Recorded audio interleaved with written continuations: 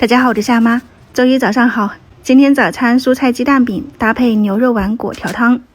蔬菜我准备的是包菜跟胡萝卜，昨天晚上切成丝，然后你拿出来放一点点食用盐，抓捏1-2下，把它抓软就行了。有一点点盐味了，就只需要打入2个鸡蛋，抹上一点黑胡椒粉，额外我还放了一点五香粉，不喜欢的朋友可以不放。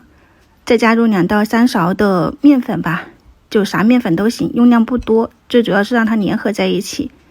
我还加了一点熟的黑芝麻，一点葱花，增加香味，拌均匀了。锅里面喷上一点食用油，开个小火，把它倒进去以后摊开。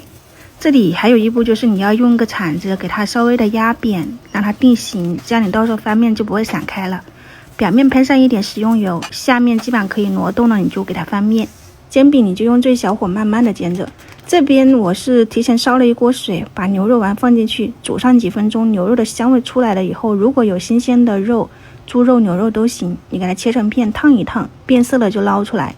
锅里面的浮沫打干净以后，就放入果条或者是米粉，再撒上一点葱花、香菜或者是芹菜，来上一点盐、胡椒粉、蒜酥，我还放了一点自己熬的葱油，这样子拌开，我们今天的牛肉丸果条汤就搞定了。